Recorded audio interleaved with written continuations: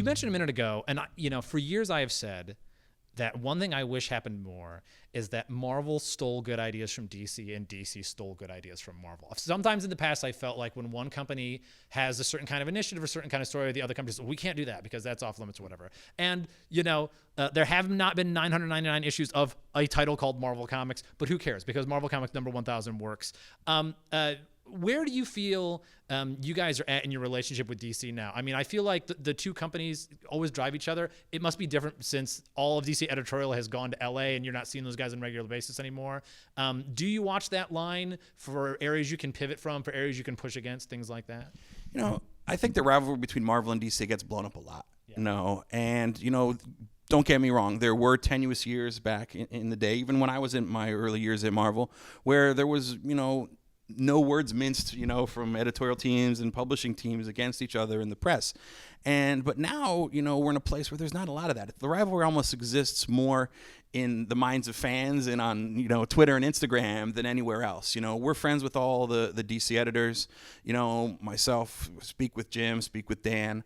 There's a great camaraderie because we know we're all in this together. But I won't deny that, there's rivalry and there's secrets and, between not just the editorial teams, but between the creative teams as well. They're all friends too. But, we keep a lot of our stuff, hush-hush because we just want to make sure we're not, kind of stepping on each other's toes or, being influenced, too much by other people's storylines. Mm-hmm. And, there is some natural, crossover. That's a bad word. We're not doing a Marvel DC crossover. There's some natural storylines that kind of have similarities in them that just come up naturally because we tell stories about the world outside our window. That's a very Marvel thing to do, because it takes place in the real world. But, DC writers are just affected about the world around them and want to tell stories about what they see going on in the world. So there are some natural touch points that we see in books and in different lines.